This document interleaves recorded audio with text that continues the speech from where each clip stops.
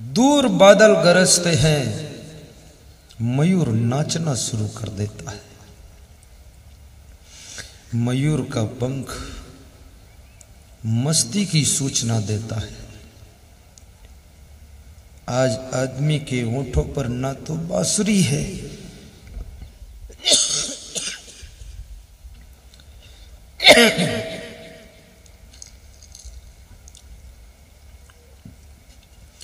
और कृष्ण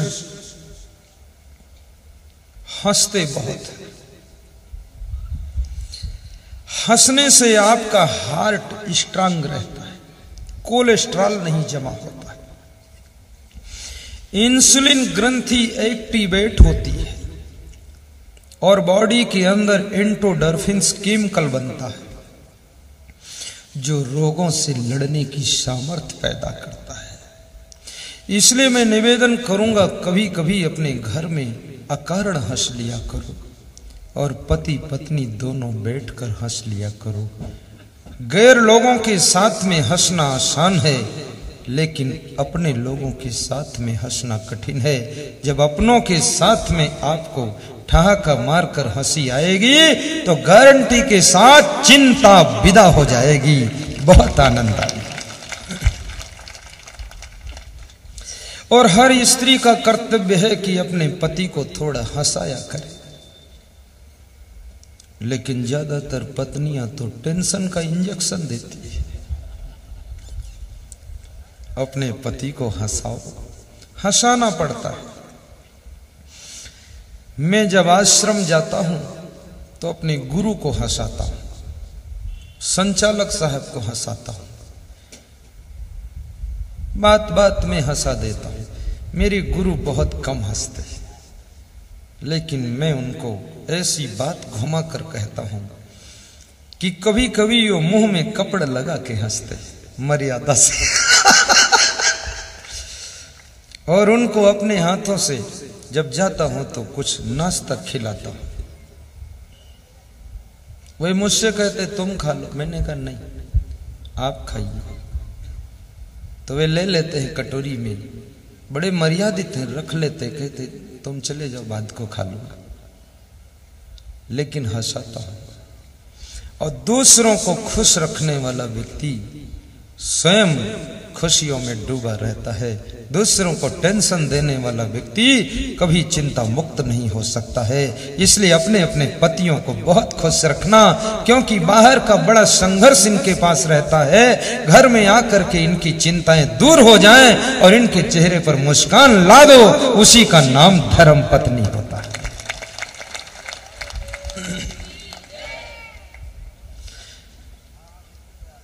अभी मैं आपको आत्मज्ञान की भी चर्चा सुनाऊंगा। आत्मा और परमात्मा क्या होता है वो भी बताऊंगा।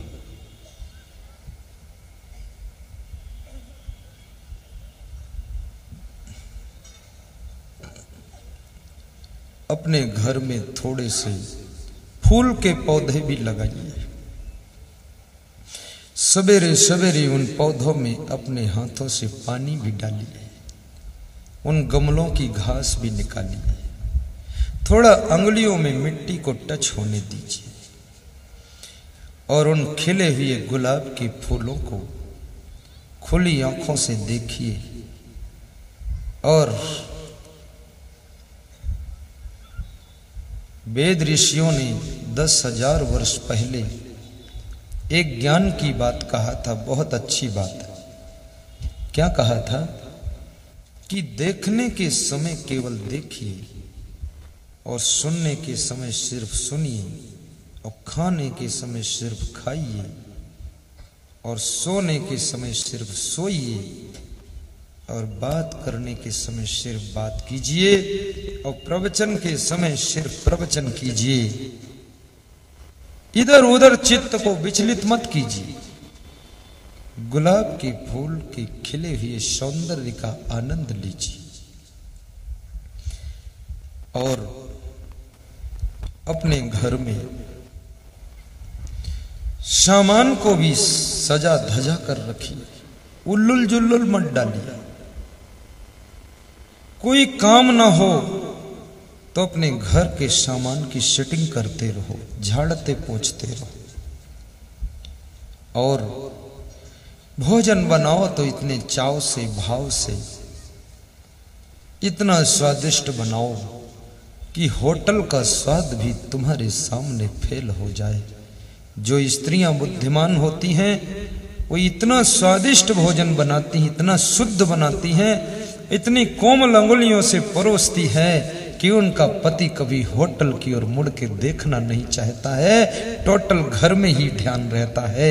और जो स्त्रियां पति को उल्लुल जुल्लुल खिलाती हैं तो उसका पति पहले होटल में जाता है, फिर बोतल में जाता है, फिर टोटल में चला जाता है।